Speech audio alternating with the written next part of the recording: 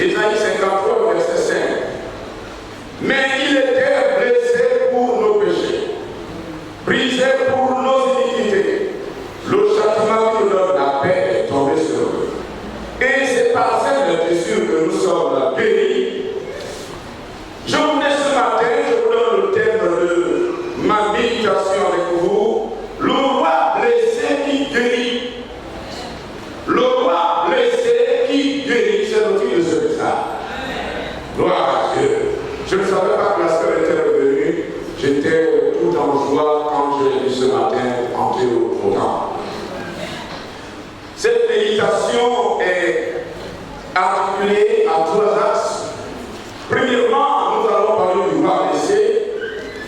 Deuxièmement, nous parlerons des blessures qui donnent la guérison. Et troisièmement, nous allons nous poser la question qui a blessé le roi. Avant de parler, il a une conclusion. Je reprends. Première partie, le roi blessé. Deuxième partie, les blessures qui donnent la guérison. Et troisièmement, qui a blessé le roi. Dans la première partie de notre méditation, nous voulons reprendre tout le chapitre, à partir du verset 1er, donc Ésaïe 53. Nous allons progresser. Notre fleuve va être ce texte pour comprendre. C'est disant un homme d'une grande puissance qui peut blesser un président. C'est pas facile de blesser un président. C'est un homme qui est vraiment protégé. Pour l'approcher, c'est pas facile. Si un homme mortel, on a du mal à l'atteindre, qu'en est-il d'un Dieu? Vous comprenez donc le titre est un peu bizarre. Un roi blessé. Quel genre de roi? Il a dit à ses livres, vous ne savez pas que je peux invoquer 12 légions d'anges et vous n'aurez plus autorité sur moi. Pourquoi n'a-t-il pas demandé aux anges de venir le protéger alors qu'il avait suffisamment de moyens de se protéger et il a laissé les hommes faibles le blesser? Le roi blessé. Et le premier passage, le premier verset, qui a cru? C'est la question qui nous est posée. Qui a cru à ce qui nous était annoncé? Qui a reconnu le bras de l'Éternel? Il arrive que Dieu agisse au milieu de nous, mais nous avons du mal à croire à son intervention. Dieu agit, mais les gens doutent de sa présence. Vous savez que Dieu est rentré dans un jugement avec Israël, toujours dans ce même livre, parce que les Juifs disaient, mais à quoi nous sert-il de croire en toi? Nos pères, c'est vrai, nous ont dit que dans le passé, tu as été puissant,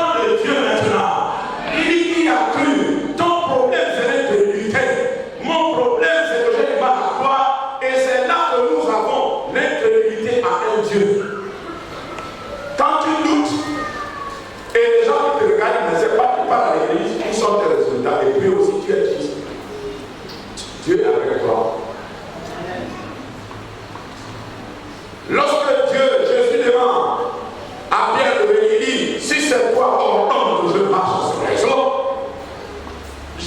Pierre a commencé à marcher sur les eaux, après il est en haut. C'est moi Pierre qui marche comme ça, après, boum, il a plongé. Pourquoi? Il a introduit le doute. Il y a des gens qui se noient et ils se posent beaucoup de questions. Est-ce qu'à la balise, Dieu est encore là? Je ne comprends pas. Je prie, mais ça ne va pas. Non, Dieu est là. Je disais à une soeur, elle me dit, pasteur, je suis tellement attaqué. Je dis, mais Dieu est là. Je suis tellement attaqué. Je ne dors pas. Je dis, Dieu est là. Dieu est là.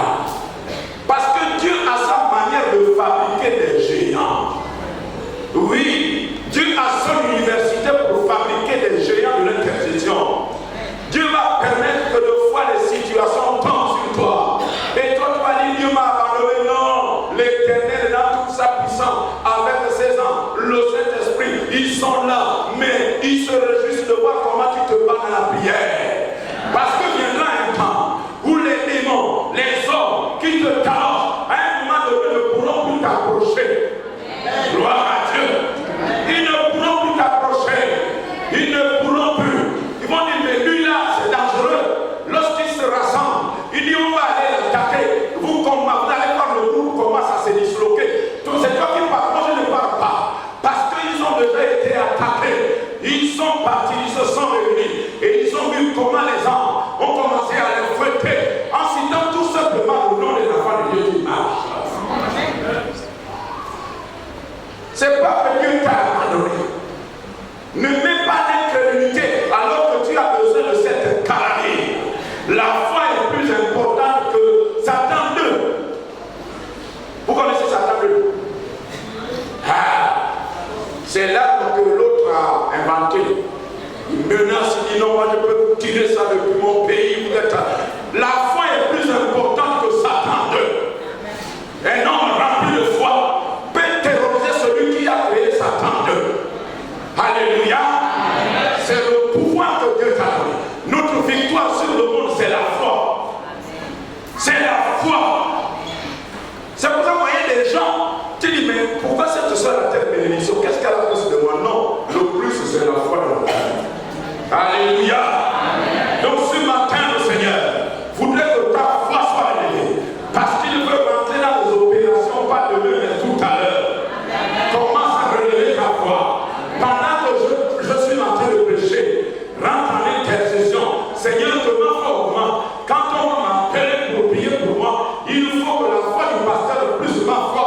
Voilà la recette de Dieu qui fait les miracles. Mais si le pasteur croit pas, tu ne crois pas, eh bien tu vas dire, mais ça fait longtemps, on touche ma tête, là il n'y a rien. Les cheveux sont même finis comme celle du pasteur Amal, il n'y a toujours rien. Non, il faut que tu mettes le tapis de la foi. Jésus marche sur ce tapis-là. Amen. Amen. Et, bien aimé, notre Dieu est vivant, l'agissant toujours au milieu de nous. Mais nous avons, comme je le disais, un problème avec la foi. Et au verset 1, il dit, il s'est élevé devant lui comme une fête de vente, comme un rejeton qui sort d'une terre desséchée. Il n'avait ni beauté ni éclat pour attirer le regard, et son aspect n'avait rien pour nous plaire. Quand Jésus se lève pour combattre Satan, les Juifs disent que l'enfant n'est pas sérieux. Attends, est-ce que Jésus, il dit qu'il est fils de Dieu, vous êtes sûr? Vous êtes sûr que Jésus est sérieux? Nous connaissons la puissance de Satan. Il vient là-bas malheureux. Il n'est pas dans un hôtel. Son père est un charpentier. En fait, les caractéristiques apparentes de la vie de Jésus ont fait que les Juifs n'ont pas cru. Ils ont dit non, maman, ce gars-là c'est un bandit. Il n'est pas sérieux. Essayons de trouver quel genre de punition on va lui infliger pour qu'il arrête de se prendre. Quand on le regarde, son apparence ne montre pas que c'est un Dieu. Dieu l'a fait sciemment. Parce que les hommes aiment bien les apparences. Oui, comme les hommes sont attachés aux apparences, Dieu va faire apparaître des géants dans le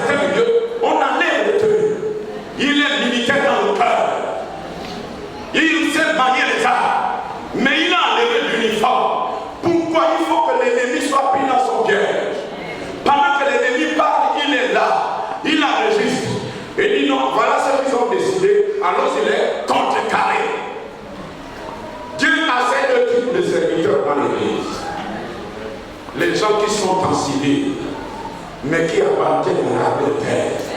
Parce que l'armée de l'air, ce sont les anges. Toi, tu fais partie du bataillon de la terre. Donc, quand on parle de l'Éternel des armées, il n'y a pas un mot qui est dans la parole de Dieu par hasard. Tu es un militaire. Tu es un militaire. Il faut que tu le saches. Tu es un militaire. Répète ça à ton esprit. Il faut, parce que vous savez, quand vous avez pris un avocat pour vous défendre, si vous ne croyez pas en ses capacités, il va être découragé à vous défendre. N'assistez pas à cet esprit. Il dit vaillant héros, vaillante héroïne. Mais tu as dit quel vaillant héros? Le zéro de ma famille, c'est moi. Tu as dit, bon, vous savez, je suis un zéro dans ma famille, et le Saint-Esprit ne me mentir que je suis un vaillant héros. Regardez, je n'ai pas d'argent, je n'ai pas appris, et puis tu es là avec le chapelet de ta misère. Ce matin, l'Esprit va t'atteindre pendant que je prie. Tu vas enlever ce chapelet de misère. Ce n'est pas ta véritable identité. Tu es un prince guerrier. Tu vas faire tomber ça dans le soleil. Et les vampires pendant que je prêche. Les anges savent ce qu'ils ont fait ce matin. C'est de dépouiller les gens qui ont pris les armes de Satan pour vouloir combattre Satan. Vous ne pouvez pas combattre le diable avec le mépris de ce que Dieu considère. Dieu te considère. Mais toi-même, tu te méprises. Donc, tu as changé de camp. Dieu dit, vaillant héros. Si Dieu nous montrait ce qui se passe quand nous prions, si Dieu nous montrait ce qui se passe quand nous chantons, ceux qui travaillent dans la délivrance connaissent. Il y a des moments où tu te méprises, mais commence à travailler dans la délivrance.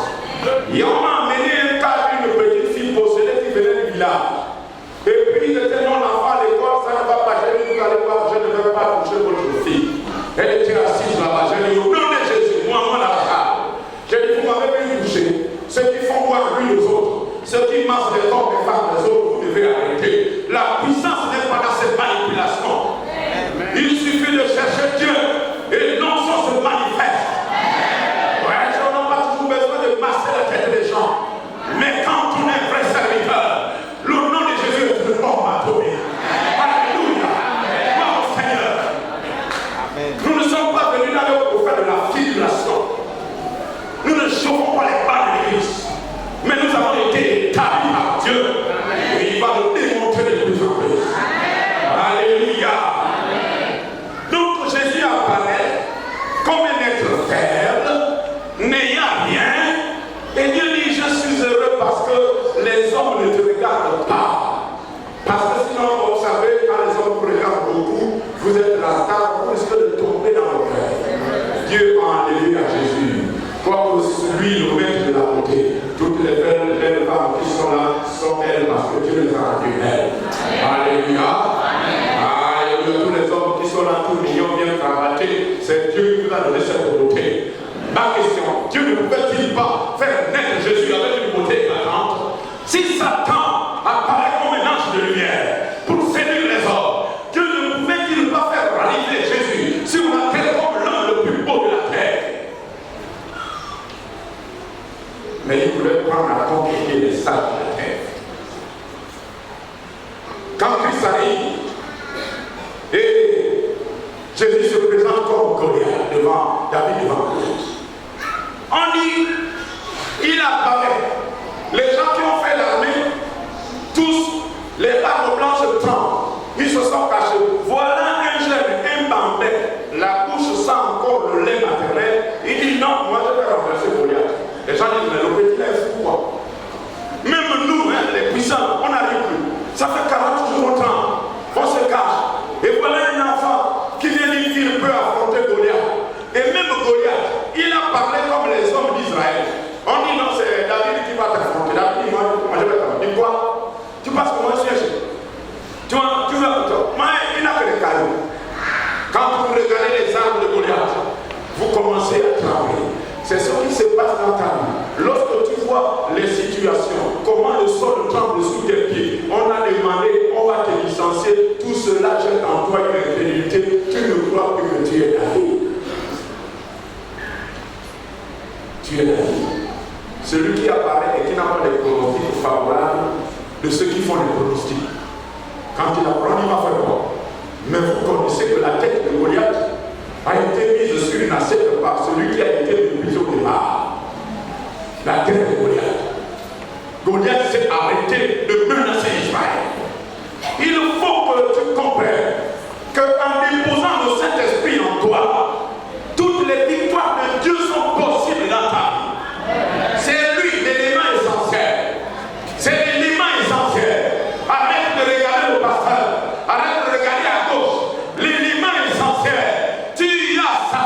Vous savez, dans la bombe atomique, quand on décortique la bombe atomique, il y a des éléments clés pour qu'on dise que ça c'est une bombe atomique. La bombe atomique, c'est l'esprit en toi. C'est ça la bombe atomique. Donc commence à célébrer. Rends grâce à Dieu. Seigneur, merci pour le Saint-Esprit. Arrête de promener des regards inquiétants. Inquiète par nous. Nous, le Seigneur te soutiendra.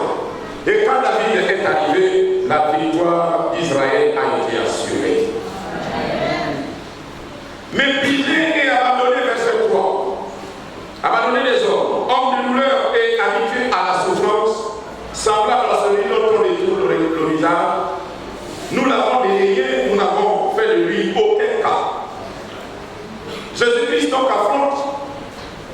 Quand il y en a qui n'arrivent pas comme moi, c'était pas facile pour moi pour devenir pasteur. Dieu m'a d'abord fait faire un tour parce que je n'arrivais pas à supporter la foule. J'étais une de mes faiblesses. J'étais un enfant toujours caché. Mais Dieu dit, mais comment va faire un pasteur doit être devant la foule? Il m'a dit, bon, tu vas aller faire ça d'abord dans l'enseignement. Voilà, je le fais pour venir au moins, voilà, tu vas t'habituer à la foule. Je n'aimais pas la foule. Mais le plan de Dieu, c'est que tu sois devant la foule. Donc, donc il a commencé à attaquer la timidité. Maintenant, je peux affronter la foule. C'est la gloire du Seigneur. Amen. Donc, mépriser. Donc, tu as un problème avec le mépris. Nous avons interprété le mépris des hommes comme étant le mépris de Dieu. On a un problème dans l'interprétation. Ta famille te méprise. Au travail, on te méprise. Et puis tu dis non que Dieu me méprise. Non, Dieu ne méprise personne. Dieu ne méprise personne. Dieu considère tous les êtres humains. Mépriser, abandonner, rejeter, homme de douleur. Donc ceux qui disent que non, le chrétien ne va pas souffrir, revoyez votre doctrine. Revoyez. Si tu proclames que quelqu'un va arrêter de souffrir, c'est des âmes qui vont te combattre. La parole est vraie. Armez-vous de la pensée de la pensée de oui, la vie est encore là. Combat pour manger. Combat pour nourrir les enfants. Combat pour envoyer les enfants à l'étranger après le bac. Combat pour instruire les enfants. Tu gagnes 50 000 pour certains combats. Est-ce que tu ne peux pas annuler ces combats en une seconde? Si tous les Gabonais qui sont pauvres là, qui manquent d'argent, Dieu est capable d'envoyer les enfants. Ceux qui gèrent le trésor du ciel, allez-y me distribuer de l'argent d'abord. Mais Dieu ne le fera pas. Parce qu'il faut que ta foi augmente. Toutes ces choses, les manquements, vont aussi participer à démontrer que tu es un enfant qui est vrai. Vous savez, il y a le christianisme du congélateur plein. Il y a le christianisme de l'argent qui déborde là-bas. Il y a le christianisme quand on est en bonne santé. Mais comment servir Dieu quand on est malade? Comment aller à l'évangélisation quand les enfants n'ont pas mangé? Il est là qui a des matins sur le chemin avant que je rentre à l'institut. Il a dit qu'on était là. Dieu m'a réservé un commencement difficile. Un commencement difficile. Il m'enlève d'un endroit où j'avais, sans travailler, 750 000 francs. Ma bourse était 250 000. L'État français m'a rajouté 500 000 francs. Célibataire sans enfant en charge, vous comprenez que je sais faire. Le matin, je suis là, je suis ma télévision, tranquille, je me balade à manger. C'est là où j'étais. Dieu m'enlève de cet endroit où j'étais dans le beurre. Il m'a dit direction le Gabon. Quand j'arrive ici, le terrain où j'ai commencé à vivre, c'est une poubelle. C'est un terrain qui est devenu une poubelle à cause de l'incivisme des voisins. On jetait tout c'est là où il me dit, tu vas aller habiter là-bas. À un moment donné, les gens m'ont dit, est-ce que votre frère, est-ce qu'il est normal? Est-ce qu'il est normal? Votre Dieu est vraiment puissant. Quand tu venais chez moi, c'est-à-dire que si tu es là-bas, tu nous vois à l'intérieur. Comment Dieu peut m'enlever d'un endroit où il y avait le marbre? Le studio que je louais avait le marbre. C'est un studio à côté de l'université. Dieu me met dans une poubelle. Ce n'est pas une malédiction. Il fallait briser l'orgueil. Il dit non, il a appris. Si je le laisse dans l'argent, il va être orgueilleux. Et Dieu me connaissait. Il dit on va l'oppresser.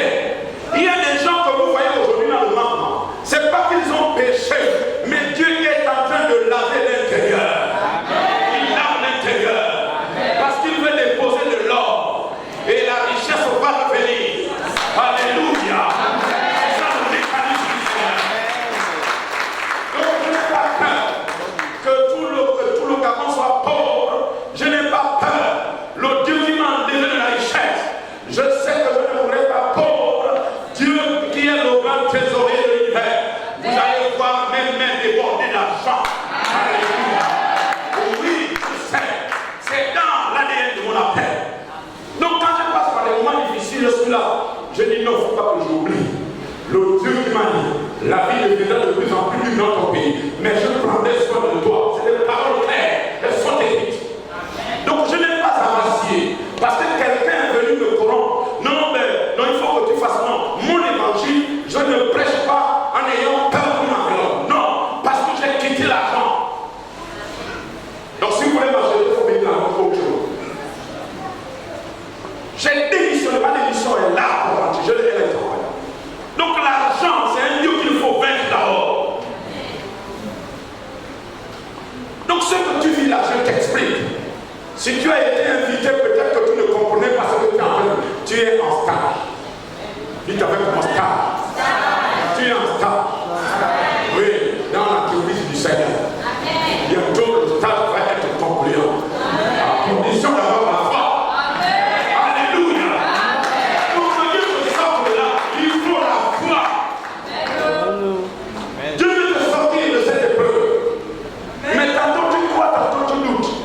Et quand les gens regardent les autres, oh, c'est toi, maman, pasteur. C'est toi, papa, pasteur. Nous, on est là, quand tu chantes, quand tu viens à l'église, c'est toi qui as la plus grosse Bible. Ça devient une source de moquerie. Oui, tu es en stage. Il faut le savoir. Il faut connaître son appel. C'est pour cela que nous devons être dans la prière. Comment j'ai compris ces choses? C'est en étant souvent dans la prière, parce que l'enfant qui est à côté de son père, entre l'enfant qui est loin de son père, vous allez voir qu'à la mort du père, l'enfant qui est toujours à côté de son père va avoir des secrets sur le père que les enfants qui sont loin ne connaissent pas. Alléluia. La proximité avec le père, c'est la prière. Oui, la prière. Et je m'adresse aux enfants qui sont là. Soyez attachés à vos pères et mères. Soyez attachés à papa et à maman. Vous allez avoir les clés. Il va vous donner les choses. Il y a des bénédictions qu'il va prononcer sur vous. Au moment où il sera comme qu'il est en train de partir. Mais quel enfant béni maintenant? C'est l'enfant qui a été toujours avec le Père. Et Jésus dit, je serai toujours avec vous. Mais Dieu, Jésus peut dire, je serai toujours avec vous. Et vous dites, non, non, non, moi je suis toujours ailleurs.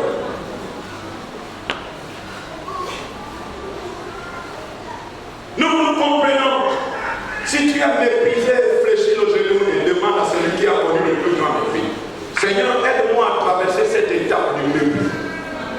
Le mépris au travail, le mépris à la famille, le mépris parce que tu ne sais pas parler français, c'est pas grave. Voilà, c'est pas grave. Amen. Amen. Cependant, ce sont nos souffrances qu'il a portées, c'est de nos douleurs qu'il s'est chargé. Et nous l'avons considéré comme puni et frappé de Dieu et humilié. Les hommes interprètent ça. Mais oh, est-ce que vous êtes sûr quel est le christianisme de ce frère? Est-ce qu'il n'est pas maudit? On voit les autres vraiment quand même quand tu es à l'église, tu pries. Mais toi, on entend que Jésus, mais est-ce que tu n'es pas maudit? Non, il n'y a pas de malédiction. C'est le stade.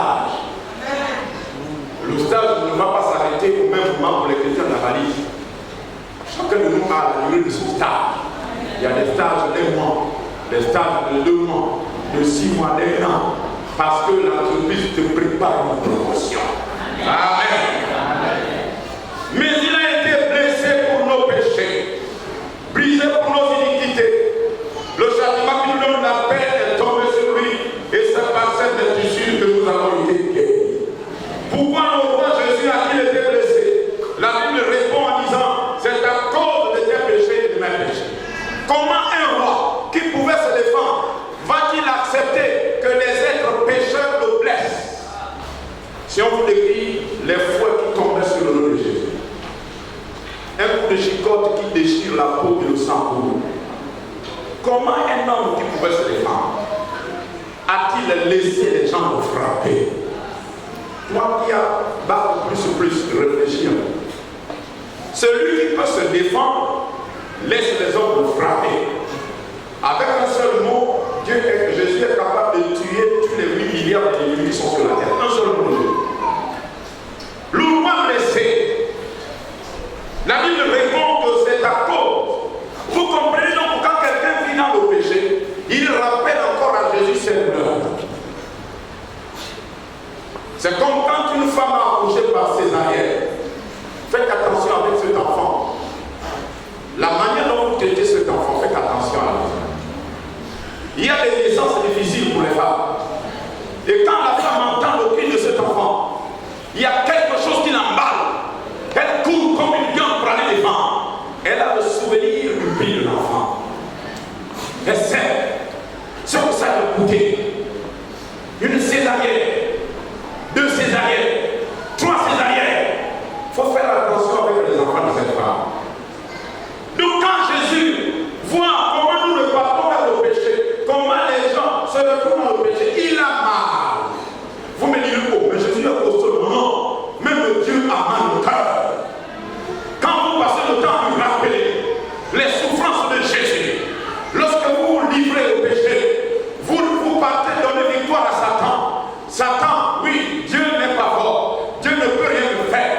Moi, je préfère rester avec toi. Dieu, malgré sa carrure, c'est un costaud, mais il a mal au cœur. Il se souvient de Jésus à la croix, pleurant, Père, pourquoi m'as-tu abandonné? Et quand je repars au péché, je fais souffrir Dieu. Si vous avez déjà entendu Dieu parler de ses souffrances, c'est étonnant. Mon serviteur, je souffre. Donne-moi qui dit comment. Nous, on a la chair. C'est normal qu'on souffre. Mais Dieu, l'Esprit souffre. Mais ce matin, il veut que tu chantes. Peut-être que tu n'as pas pris conscience. Quand on va lancer, il y a des moments où tu viens dans le péché par manque de capacité. C'est lui-même qui le dit, la chair est faible. Mais quand tu sens que la chair est faible, on collabore avec Dieu. Qu'est-ce que Dieu veut? Seigneur, tu m'as demandé d'arrêter de fumer le tabac Congo. Vous connaissez tous les noms. Mais je n'arrive pas. À ce moment-là, quand tu puis faire de la chambre, mets-toi à genoux, reconnais tes faiblesses devant le Seigneur. C'est lui qui a écrit la chair est faible. Donc ton incapacité à marcher selon Dieu ne surprend pas Dieu, il le sait. Mais il faut que tu aies le comportement d'un homme qui connaît Dieu. Seigneur, je ne peux pas. Tu me demandes de faire telle chose, ça me dépasse.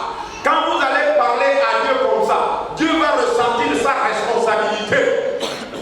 Alors, il va dire, mon enfant, j'ai compris. Maintenant, je vais venir à ton secours. C'est comme ça que vous voyez les gens qui ont fumé 4 paquets de cigarettes par jour, ils n'arrivent plus à ressentir l'odeur de la cigarette. Vous voyez des gens qui étaient de couleur de limon. Même si une femme, 10 femmes l'enfer, il va se débattre pour sortir par la fenêtre. Oui, il y en a qui ont dit ça. Il connaît que c'est de la pourriture. Il sait. Mais pour arriver là, quand on parle d'excellence de la connaissance de Jésus, c'est ça. Il faut que tu le connaisses à genoux. Dieu sait que tu es arrivé. Tu viens d'arriver à l'église. Donc le temps marche un peu difficile. Voyez comment les humains traitent les enfants nouveau-nés. Il faut que tu apprennes à parler à Dieu de tes faiblesses. Seigneur, ta parole me demande de faire ça, mais je n'arrive pas. Viens secours. Viens à mon secours. Une fois, deux fois, tu te rends compte que tu tombes toujours sur le même péché. Alors, demande à un homme d'une capacité supérieure. Parce que les anciens sont les gendarmes. Les pasteurs sont les bébés rouges. Pourquoi ce corps responsable est là? Ce sont des gens d'une autorité supérieure. Lorsque vous arrivez devant eux, vous arrivez, vous demandez Seigneur, comme cette soeur qui m'a vu un jour quelque part il y a peut-être 5-10 ans, parce que j'ai un esprit invalide de lui. Alors j'ai dit allons à mon bureau. C'est ma plus rapide délivrance. En 15 minutes, elle l'a reconnu.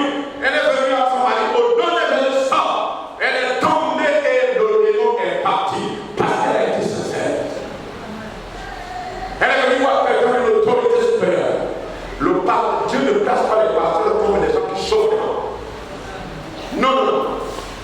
Quand Dieu va vous ouvrir les yeux pour voir qui a empêché, vous allez comprendre qu'il faut aller voir quand vous avez des problèmes.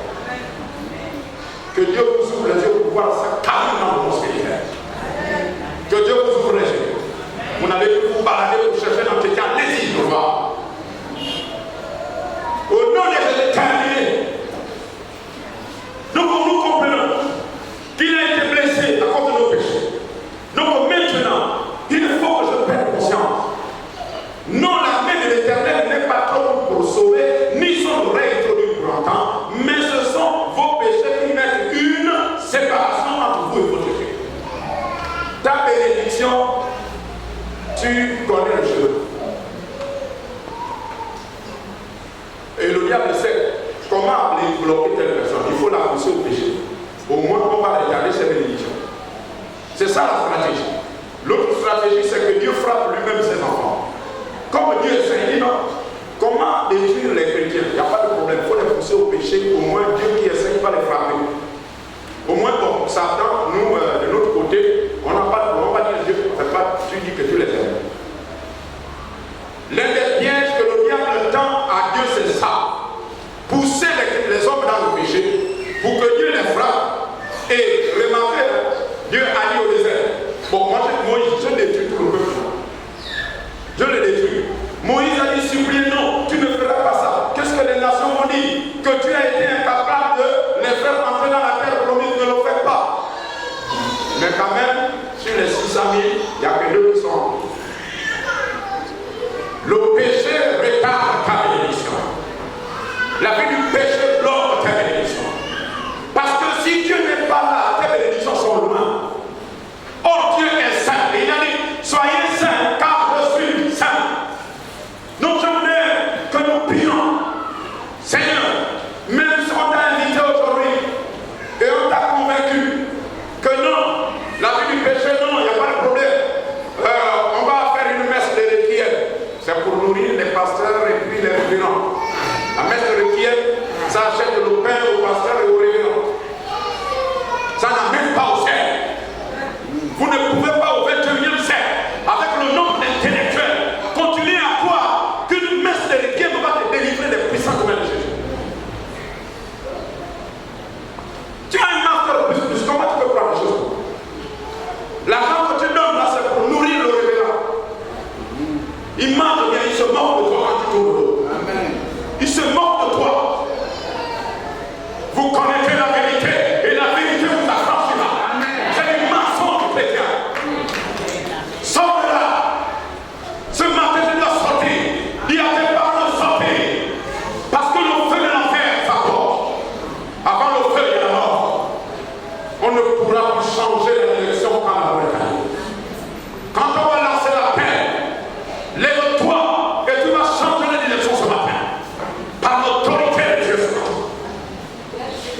Alléluia. Donc nous comprenons pourquoi le roi Jésus est-il mort. Il a accepté d'être blessé. C'est à cause de la fornication, des adultères, du mensonge qu'il a accepté. Et vous savez, dans Proverbe 8, le verset 36, nous lisons ceci. Mais celui qui pêche contre moi nuit à son âme. Proverbe 8, 36. Celui qui pêche nuit à son âme. Le mari est tombé dans l'adultère, tel est tombé, ton copain est tombé dans je ne sais pas quoi. Quand il dit pour je vais me venger de lui. Tu vas le venger, prépare. Tu te fais du mal.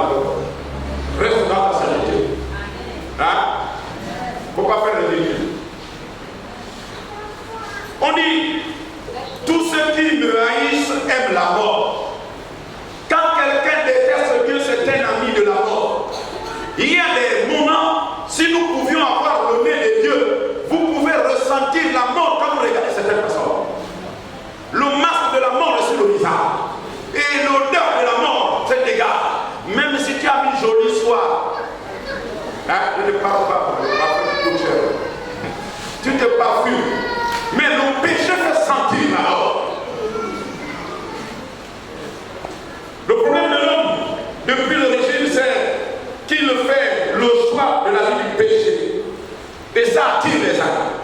Celui qui rejette Dieu et sa solution, Jésus manifeste un choix pour la mort. Dans Deutéronome 30, 19, Dieu nous conseille. Devant nous, il y a la mort et la vie. Et il donne le précieux conseil que nous trouvons dans ce passage. Deutéronome 30, 19. Je prends aujourd'hui à tes mains contre vous le ciel et la terre. J'ai mis devant toi la vie et quoi? La bénédiction est. Quel est le conseil qu'il donne? Choisis la vie afin que tu vives, toi et qui? Et ta postérité et tes enfants. Je bénis Dieu pour les mamans et les papas qui sont en train d'accumuler les bénédictions pour les enfants dans cette église. Alléluia. Vous ne laisserez peut-être pas les comptes gardés, mais vous laisserez vos enfants une vie exemplaire de Dieu. C'est un patrimoine extraordinaire. Vous avez scellé une alliance avec Dieu. Ça va devenir comme ce corps. Ça va devenir comme un supermarché pour les enfants. Quand les enfants seront en difficulté, ils vont dire le Dieu de mon père, le Dieu de ma mère, le Dieu d'Abraham, le Dieu d'Isaac, le Dieu, ainsi de suite. Pourquoi? Parce que Dieu tient compte de ton investissement aujourd'hui. Tu te pries, tu es dans la sainteté, tu marches, tu investis, tu es en train d'augmenter ton compte au ciel et tes enfants vont découvrir. Quand les gens vont devenir chrétiens, même les païens, les enfants païens, ils vont bénéficier, mais ceux qui vont plus bénéficier, ce sont les enfants chrétiens. Amen. Oui, le jackpot. Le jackpot, c'est les enfants chrétiens. Papa et maman sont chrétiens. Toi, tu décides maintenant d'aller t'initier au boutique. Oui, il y aura quand même un peu la musique. Mais l'enfant qui aura embrassé la foi de son père, vous allez voir, il va aller de gloire en gloire. L'autre va quand même manger, mais misérablement. La vie va être compliquée, puisque Dieu est quand même fidèle. Mais vous allez prendre, quand vous regardez les deux vies, qu'il y a une grande différence. Donc ne restons pas sur la base de mon papa est pasteur. J'ai dit à mes enfants, à partir du moment où vous êtes conscients, votre salut, vous devez vous engager devant Dieu. Ne comptez pas sur mon salut. Même les jumeaux ne seront pas sauvés ensemble. Sauf s'ils sont chrétiens. Ils se ressemblent. Mais si l'un marche avec Dieu, l'un va rentrer au ciel et l'autre part au feu de l'enfer. Ce n'est pas la ressemblance physique qui fait le salut commun. Il n'y a pas de salut commun. Les deux qui seront dans cette vie. Monsieur croise les pieds avec madame. Mais le jour de l'enlèvement, monsieur ou madame, celui qui marche, va partir. Et le livre va se mettre, surtout que là en saison 7. Donc tu mets la main comme ça. L'enlèvement a déjà vu Dieu. Madame ou monsieur est parti. Tu te dis, mais comme elle se lève souvent pour prier, non, elle est partie. C'est fini. Tu n'auras plus le temps de chercher notre femme parce que les démons vont être moins dans la vie. Sauf que il faut croire maintenant. Le jour du salut, ce n'est pas demain, c'est maintenant.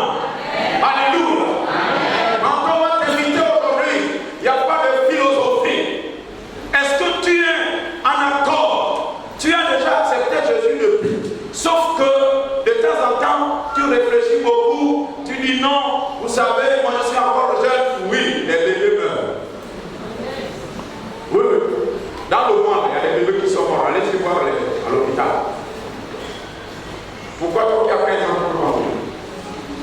Tu as 17 ans. Tu peux mourir. Mais dans quel temps? Nous comprenons que le problème de l'homme, ici, les ennuis qu'il a, c'est parce qu'il apprécie ce que Dieu ne veut pas. Nous voulons encore prier. Mais lorsque vous regardez, on dit où se trouve la vie? C'est une question. Oh mais c'est pas, il y a la vie partout. Quand tu parles, non, moi je parle partout, on me vide. Il y a la vie partout, il n'y a pas la vie partout. La vie c'est en Jésus. Amen. Amen. La vie c'est en Jésus. Et lui-même avant de partir, il ne nous a pas laissé égarer. Il disait dans Jean 14, 6, je suis le chemin,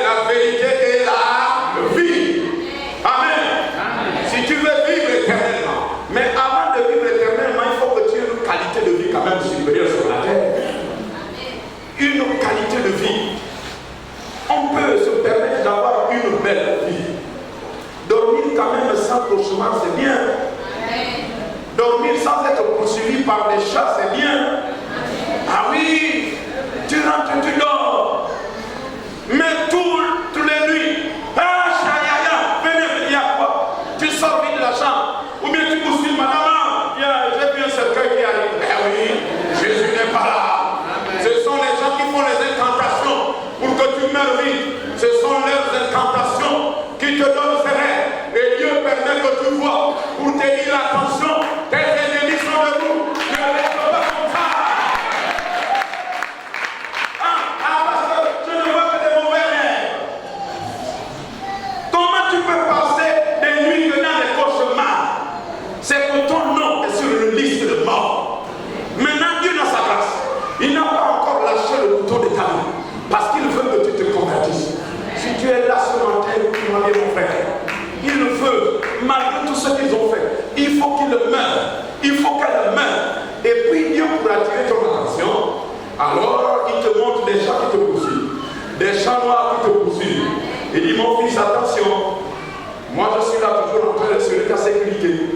Mais ne compte pas seulement sur moi. Parce qu'on a dit, soyez prudents comme les serpents. C'est celui qui nous garde, qui dit, participons quand même à notre sécurité. Mais tu dors, tu ne pries pas. Tu n'amènes pas ta maison à prier. Donc, quand les gens qui sortent là, vampires, ils arrivent, ils se rendent que ta maison n'a pas le feu. Alors, descendons et bastonnons avec les enfants. La vraie sécurité, c'est en Jésus. Faites le programme de tuer tous les chrétiens du Gabon. Vous allez avoir une apparition des anges terribles. Il y a des gens qui sont partis dans une forêt. Au Gabon, c'est pas en Chine ou bien quand le témoignage est extraordinaire, les chrétiens partent, c'est dans Ghana. C'est pas Ghana. Ils sont allés dans la forêt pour invoquer le nom des chrétiens, pour le tuer. Pendant qu'ils étaient en train d'invoquer, une boule de fer tombait du ciel. Moi, comme on dit, paille, comme disent les Gabons. Sauf qu'il peut. Ça s'est passé ici au Gabon. Il y a des noms avec lesquels il ne faut pas jouer. Si tu veux vivre longtemps, le nom de Jésus, quand vous le citez dans les cercles mystiques, ils savent ce qui se passe. Mais qui t'a dit de citer ce nom-là ici? Même la Bible, tu marches, tu tiens la Bible, tu rentres dans un bureau, comme le patron qui a chassé le chrétien. Sors de mon bureau avec ta Bible. Bon. Mais boss, la Bible là, c'est un livre comme les uns. Voilà, c'est un livre. Tu as peur de quoi? Mais il connaît que celui qui porte la Bible, quand il est digne de porter la Bible, il y a une innocence de dégâts. Donc nous n'avons pas à avoir peur de ceux qui font des incantations à 4 heures du matin pour tuer les autres. C'est pas possible. Si vous avez accepté Jésus, vous parlerez avec confiance comme moi ce matin. Aucun homme ne me tuera parce qu'il a décidé quelque chose. Allez dire ça à tous les sorciers du Gabon. Dites-leur, même pasteur a dit, vous ne pourrez pas le tuer. Amen. D'où me vient cette affaire? C'est en Jésus. Si tu te fâches, on va faire une présentation tout à l'heure. Pas les yeux. J'ai les prières que j'ai faites qui vont poursuivre les gens qui assisteront à mort. Je vous dis, puisque quand papa meurt, on dépouille l'aveugle. Allez, tonton est venu. Toi, va dehors, malgré l'alliance. J'ai des prières, je n'ai pas confiance aux hommes. Parce qu'on peut venir avec une enveloppe comme un juge. Ça vous est oui. Parce que c'est le possible. Il suffit d'avoir plus d'argent, tu changes dans la justice. Mais j'ai des prières que j'ai faites le jour de ma mort. Parce que je suis mort. Tata. Aujourd'hui, viens. Oui, voilà, nous avons des sujets. Papa, nous avons des sujets. Vous voyez déjà comment le pays, comment les familles sont, malgré la loi. Les gens critiquent la loi. Tu es chrétien. Un homme qui a une voix autorisée au ciel commence à prier pour l'après-mort. Sécurise ta femme. Sécurise tes enfants.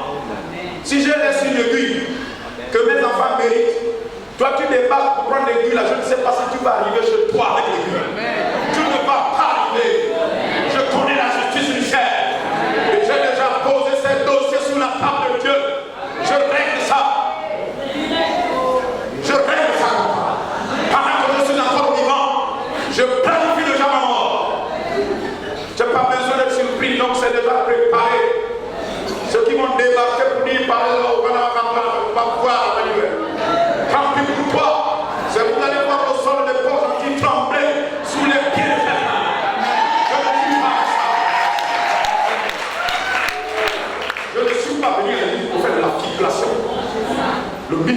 coûté cher. Je ne joue pas. C'est pour cela qu'il faut être constamment à la prière. Ce sont des sujets que Dieu va vous donner. Mais il a déjà payé pour le peuple.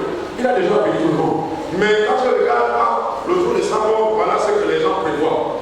On s'est pris. Mais comme les gens ne sont pas omniprésents et omniscients, tu les as déjà dévancés. Bref, non, ce matin, prends ce lieu ce matin. Si tu es désemparé, nous lançons la paix. Commence à te préparer à te lever. Il faut que je me lève. Parce que nous allons prier. Nous voulons donc comprendre que Jésus est la vie. Il est la vie, il n'y a pas une vie ailleurs. Et Ézéchiel 18 nous dit au verset 4, ajoute ceci. Voici toutes les âmes sont à moi. L'âme du Père comme l'âme du Fils comme l'âme du Père. L'une et l'autre sont à moi. L'âme du Père, c'est celle qui mourra. L'âme qui pêche, c'est celle qui mourra. On dit, mais le chrétien meurt aussi, non? Mais de quelle mort va-t-il? Non, il s'agit de départ même en fait. L'âme qui pêche, c'est elle qui mourra. Quelle est ta relation avec le péché? Jésus a déjà résolu le problème du péché. Donc arrête de te faire vaincre par un serpent dont la tête est coupée. Il y a des hommes qui fuient. Quand ils voient le serpent mort, faire ses gesticulations. Jésus a frappé le maître du péché à la tête, au cerveau. Il a frappé à la tête. Le péché, c'est l'office du diable. Nous pouvons donc vivre affranchis. Si l'office vous affranchit, vous serez réellement. La vraie liberté, c'est quand on a accepté Jésus. La vraie liberté. Alléluia. Ce matin, je vous invite à choisir la vie. Vous savez que le thermomètre permet de vérifier la température du corps. Quand tu mets le thermomètre dans ta vie, est-ce que ça va? Si ça ne va pas, il faut venir à la station. Lorsque nous roulons une voiture, nous regardons au tableau de bord. Pasteur, on va d'abord s'arrêter là, parce que je sens que là, il regarde le niveau de la zone, le niveau de l'essence. Nous sommes en route vers 40. Toi, tu n'as jamais engagé cette course. Si tu as commencé et tu as laissé, ça veut dire que ta voiture est à sec. Ce matin, tu peux recharger ta batterie. Je suis venu prêt avec les ordres précis de Dieu pour la proclamation. Si ta batterie est tombée, elle va te recharger ce matin. Amen. Ça va être rechargé ce matin. Amen. Dieu ne nous fait pas apparaître pour faire de la figuration. Mets le thermomètre avant qu'on le pille. Mets le thermomètre. Quels sont les événements que tu vis? Vous savez, il y a des signes. Quand Jésus dit dans Matthieu 11, 28, venez à moi, vous tous qui êtes fatigués. La fatigue a des signes. Laissons la fatigue spirituelle. Mais quand quelqu'un est fatigué, il doit dormir, il baille beaucoup. Il baille beaucoup. Des fois, ils sont somnolent devant la télé. Pour les élèves, de fois, ils dorment sur le cahier, ils la base, la fatigue. Ceux qui ont de longues journées de travail savent ce qu'on appelle la fatigue. La fatigue.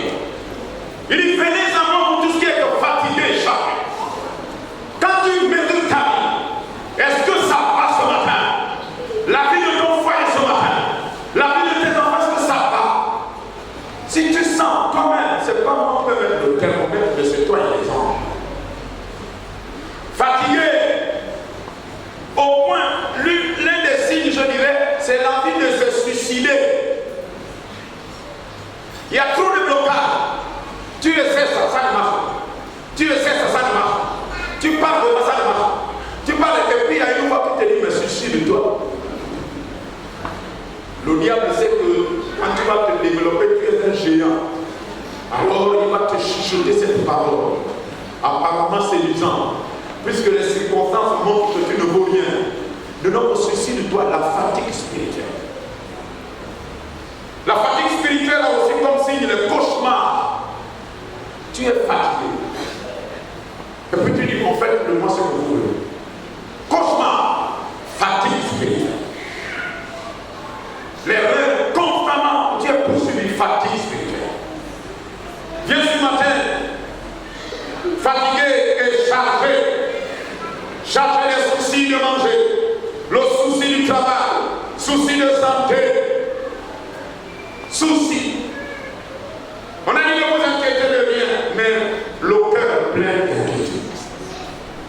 Tu es fatigué, chargé. Et la parole dit clairement, nous étions tous errants comme des brebis.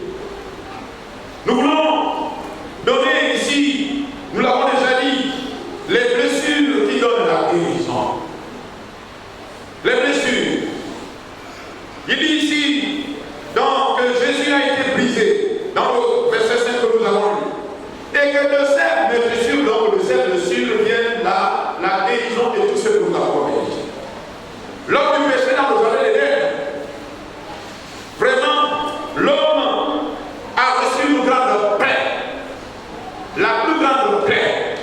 La paix qui a frappé l'esprit, frappé le corps, frappé l'âme. Le péché.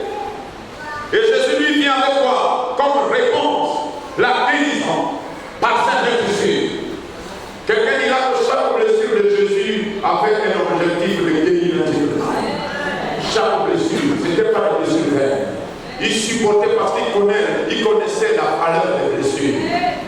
La valeur des blessures. Un moment, il a négocié à Gethsémane. Est-ce que tu ne peux pas permettre que je ne vois pas passer ce couple-là, le Père connaissant la valeur des blessures des gens, il faut qu'on te laisse. Je vous ai dit, à ceux qui n'ont pas encore compris la valeur des plaies que vous avez, plaies qui viennent de l'humiliation, les plaies de tout ce qu'on te fait. Dieu a un objectif avec les plaies qu'on t'inflige parce qu'il veut démontrer sa puissance. Alléluia. Oui, tu es blessé, dans le milieu familial blessé, à l'église blessé. Quand tu te dis, mais est-ce que c'est vraiment Dieu vous êtes sûr que Dieu est encore là? Entre toi et Jésus, qui est le plus grand que vous? Si Dieu a laissé qu'on blesse Jésus, avec un objectif de ta maison, il faut que tu sois blessé, parce qu'il y a des gens qui doivent être guéris par le ministère. Il faut que tu sois blessé.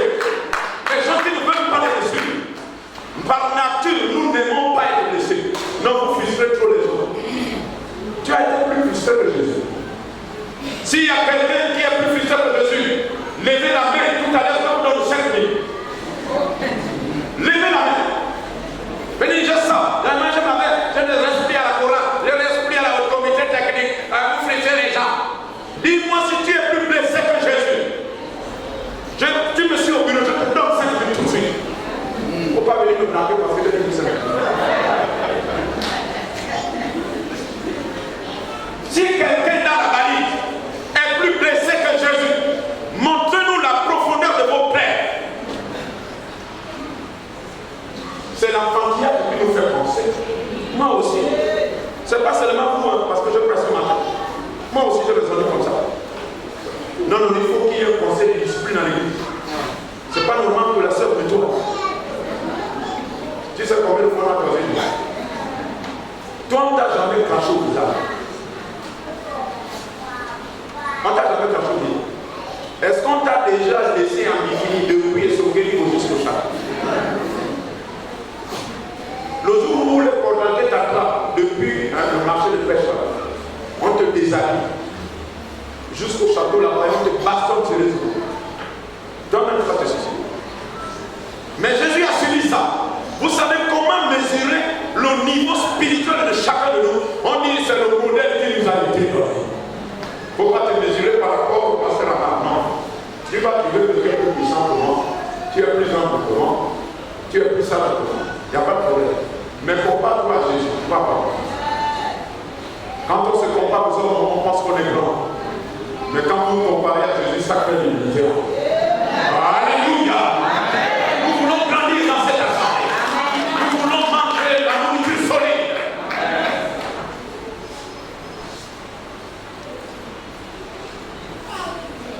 Méprisé. Donc les raisons qui ont fait que Dieu donne des blessures à Jésus, sois guéri. Et la guérison vient du sang.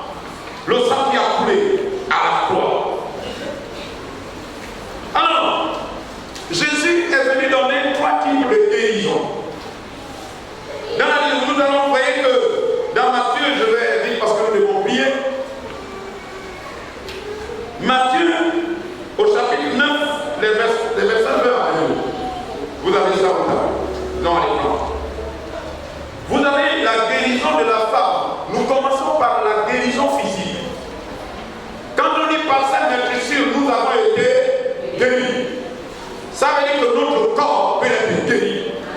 La femme là qui perdait du sang, elle a été guérie. La guérison physique. Donc toi qui es malade, il faut pas chercher d'abord l'imposition des mains. Commence à croire que tu peux être guéri par Jésus même sans imposition des mains. Il y a des gens qui sont guéris sans qu'on les touche. Même si on ne masse pas ta tête. Si tu crois, quand on va rentrer en prière, après tu vas aller le faire là-bas, personne ne va toucher, mais l'onction qui est dans la salle, les anges qui sont chargés de la guérison vont répandre la guérison ce matin. Alléluia. Commence à préparer toi-même ta guérison par la foi. Et nous avons un autre type de guérison, c'est la guérison de l'âme. La guérison de l'âme. Dans Jean, au chapitre 14, le verset 1er, il dit que votre cœur ne se trouble point. Croyez en Dieu et croyez en moi. Que votre cœur ne se trouble. Donc il s'agit bien de l'âme. Et dans Philippiens au chapitre 4, verset 6, on nous parle aussi, ne vous inquiétez de rien, mais en toutes choses. Il s'agit toujours du cœur et de l'âme. Donc, la guérison, quand on dit par cette meurtrissure, vous avez été guéri, ton âme peut être guérie des sentiments douloureux, les sentiments amers que tu as, tu peux obtenir pendant que je prêche. Commence à invoquer le Dieu qui est venu guérir là aussi. Dieu sauve là et il guérit là. Et vous avez également la guérison de l'esprit. C'est celle dont Marie de Magdala a été bénéficiaire. Vous savez, quand le baptême du Saint-Esprit survient, c'est l'Esprit de Dieu qui vient se loger dans l'esprit de l'homme. La possession démoniaque, c'est aussi ça. Toi qui ne veux pas prendre Jésus, donc comme ton esprit c'est un vase vide et la nature a horreur de vie, tu vas partout. Même par la nourriture, on peut remplir ton esprit de démons. Donc, la guérison de ton esprit, c'est que ce qui était possédé, les démons qui remplissaient ton esprit, quand Jésus arrive, il dit dehors maintenant vous les squatteurs. Au nom de Jésus, et le démon s'en va. C'est ce que Marie de Magdala, elle avait combien de démons? Combien? 7. Qui avaient pris son esprit. Il y a des fois des comportements que vous ne comprenez pas chez les humains, mais ça vient de la possession. C'est pour cela au niveau de la Marie, nous ne baptisons pas si vous n'êtes pas passé par le feu de la délivrance. Quand quelqu'un est délivré, on enseigne facilement. Le circuit tracé par l'homme de Dieu la Marie. Si vous n'êtes pas passé par le feu, on ne va pas vous amener là-bas à la marina pour vous laver le corps, laver vos vêtements. Il faut donc que nous continuions à chercher. Même si tu es baptisé du Saint-Esprit, continue à rechercher Dieu. Vous savez que dans la délivrance, il y a niveau et niveau, selon les onctions devant lesquelles vous vous retrouvez. Il y a des choses qui ne sortaient pas avant, mais quand vous allez vous retrouver devant un général de la délivrance, vous n'allez pas comprendre. Mais je prie souvent pourquoi le sang sort du nez quand on a prié avec le pasteur.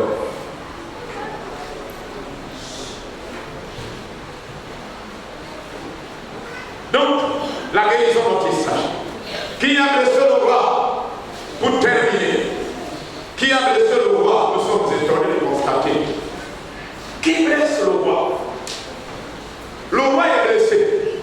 Et Ésaïe, dans son chapitre 53, verset 10, il a plu à qui?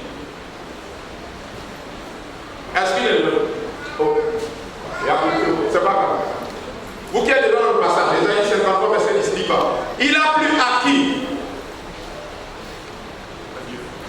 Il a pris à...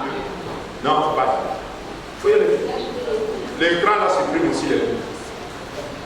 Il a pris à l'Éternel de l'obliger par la souffrance. Après avoir livré sa vie en sacrifice pour le péché, il verra une postérité qui prolongera ses jours. Et l'œuvre de l'Éternel prospérera entre ses mains. C'est l'Éternel qui a blessé le roi Jésus.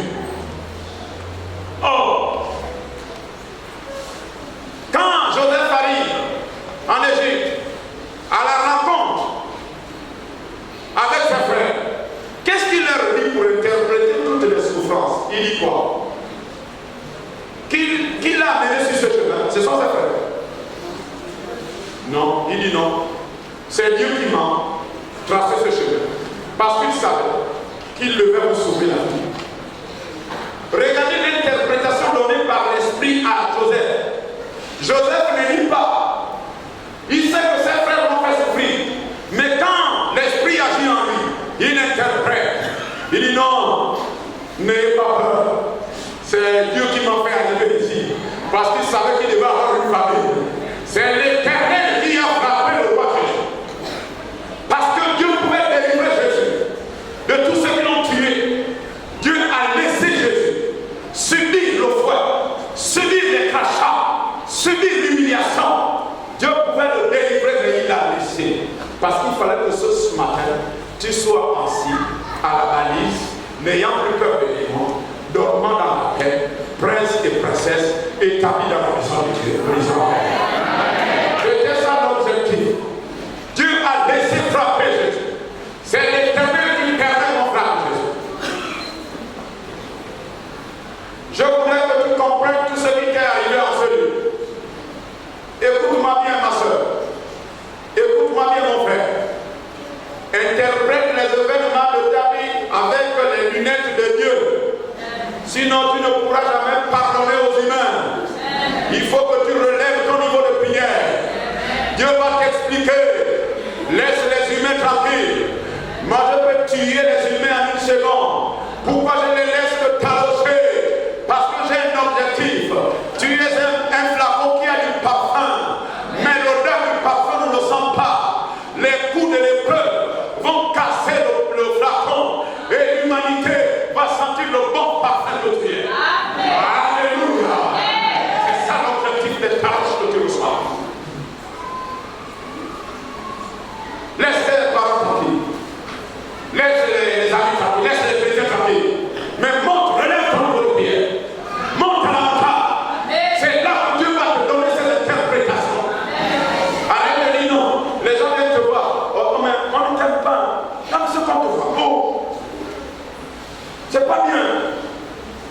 Et puis tout le monde aussi, oui. Vraiment, il n'y a pas l'amour à la galette. Il n'y a pas l'amour. Il t'a dit qu'il n'y a pas l'amour. L'amour est partout où Jésus est. Alléluia. Mais vous savez que nous sommes venus au monde avec un type d'amour.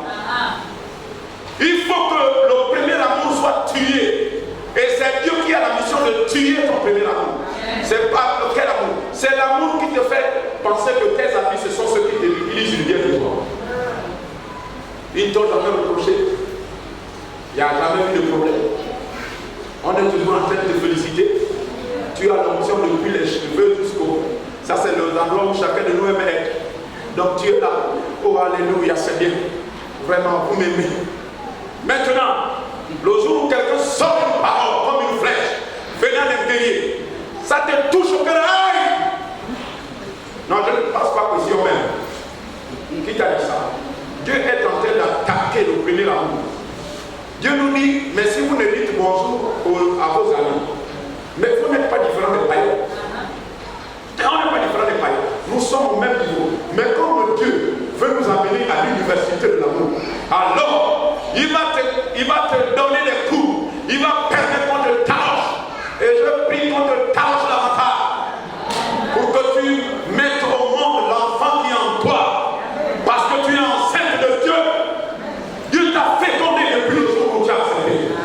Tu es en grossesse. Il faut que cette grossesse sorte. Et qu'on voit ce bel enfant. Au nom de Jésus.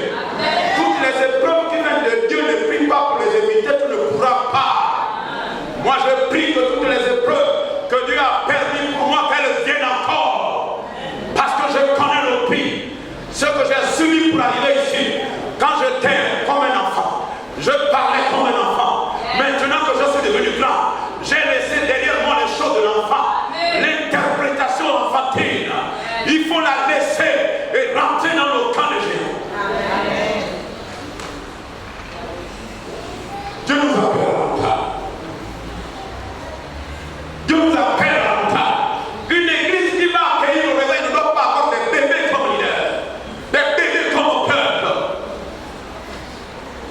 Ce n'est pas une bonne prière, Seigneur, enlève les épreuves. Non, non, non.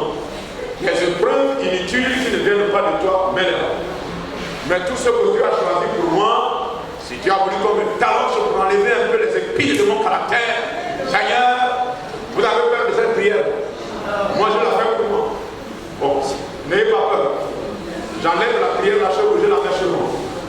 Hein? Pour que vous ne fuyez pas la valide. Ah, là-bas. Même si on ne prie pas, vous ne changerez pas les épreuves de Dieu. Parce que derrière se trouvent des gars. Alléluia. Amen. Nous prions, nous bénissons le Seigneur. Quelqu'un a dit, ne gaspillez pas vos épreuves. C'est notre président national, Jules Benjamin Roy. Il nous parle. Ne gaspillez pas vos épreuves. Et l'homme qui sort cette parole, vous savez qui il est. Vous connaissez son passé. Ne gaspillez pas vos épreuves.